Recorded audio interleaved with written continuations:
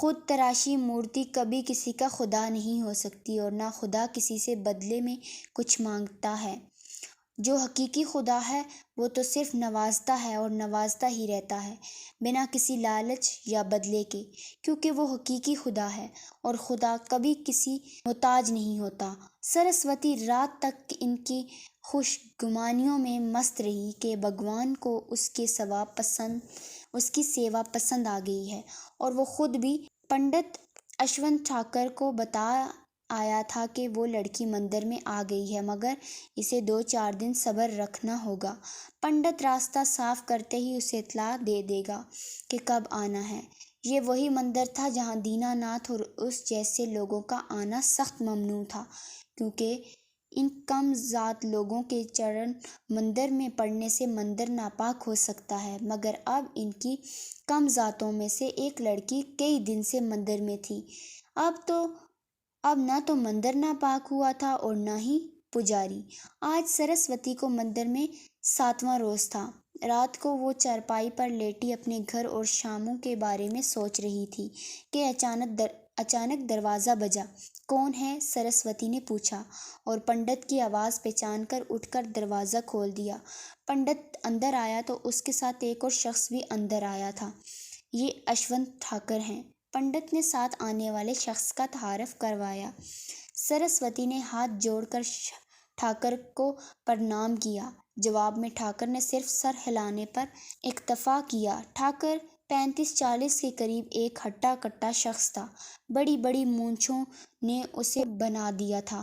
وہ بڑی گہری نظروں سے سرسوتی کا جائزہ لینے میں مصروف تھا، جیسے قصائی جانور خریدنے سے پہلے اسے جانچتا ہے کہ اس میں سے اسے کتنی بچت ہو سکتی ہے۔ سرسوتی نے ٹھاکروں کا سن رکھا تھا، مگر کبھی دیکھنے کا اتفاق نہیں ہوا تھا۔ سرسوتی کے کہنے پر پنڈت اور ٹھاکر دونوں چارپائی پر بیٹھ گئے تھے۔ اشونت سوچ رہا تھا کہ پنڈت نے اس لڑکی کی تعریف میں کنجوسی سے کام لیا ہے۔ یہ اس سے کئی زیادہ سندر ہے جتنا پنڈت نے اسے بتایا تھا۔ سرسوتی نظریں جھکائے ہاتھ باندھے کھڑی تھی۔ 1-2 بار اس نے ٹھاکر کی طرف دیکھا تھا اور پھر نظریں جھکا لی تھی، البتہ ٹھاکر کی نظریں اسے اپنے جسم سے چپکی ہوئی محسوس ہو رہی تھی۔ کچھ دیر وہ یوں ہی بیٹھے رہے، کسی نے کوئی بات نہ کی۔ پھر ٹھاکر اور پنڈت اٹھ کر چلے گئے۔ ان کے جانے کے بعد سرسوتی نے سکھ کا سانس لیا تھا، ورنہ اب تک وہ بے چین ہی رہی تھی۔ پتہ نہیں ایسی کیا بات تھی جس نے اسے بے چین کر دیا تھا۔ شاید اس کی چھٹی حس اسے کسی خطرے سے خبردار کر رہی تھی۔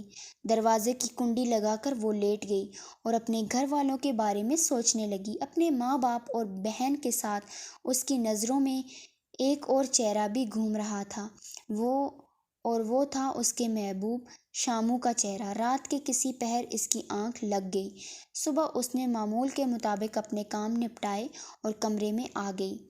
کچھ دیر بعد پنڈت بھی اس کے کمرے میں چلا آیا۔ پنڈت نے آتے ہی بنا کسی لگی لپٹی کے سرسوتی کو صاف صاف کہا کہ ٹھاکر اشونت اس کے ساتھ رات بتانا چاہتا ہے۔ بدلے میں وہ سرسوتی کو مالا مال کر دے گا۔ ایک پنڈت کے منہ سے اس قدر ننگی اور صاف بات سن کر حیرت سے اس کا منہ کھل گیا۔ پنڈت جی، یہ آپ کیا کہہ رہے ہیں؟ ایسے لگا اس نے سننے میں غلطی کی ہوگی۔ میں وہی کہہ رہا ہوں جو ٹھاکر نے مجھ سے کہا ہے۔ پنڈت نے خود کو معصوم ثابت کرنے کی کوشش کی، جیسے اسے سب سے وہ اعلیٰ علم ہے۔ مگر میں تو یہاں بھگوان کی داسی بن کر آئی ہوں، میں کیسے ایسا گندا کام کر سکتی ہوں؟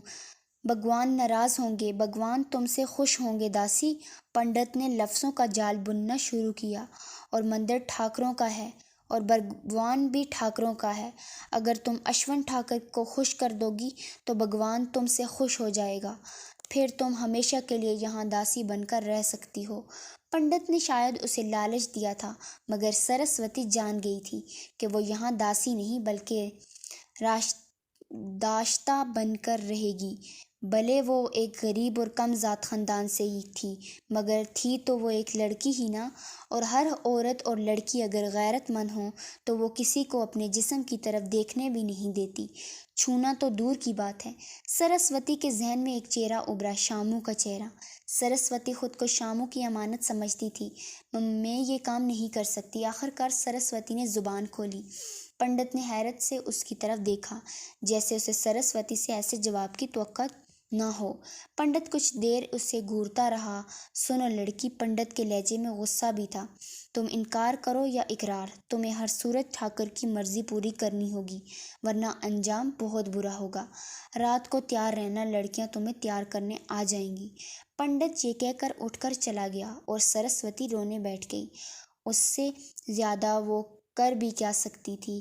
اس نے تو کبھی خواب میں بھی نہیں سوچا تھا کہ اس کو ایسی کسی صورتحال سے بھی دوچار ہونا پڑے گا۔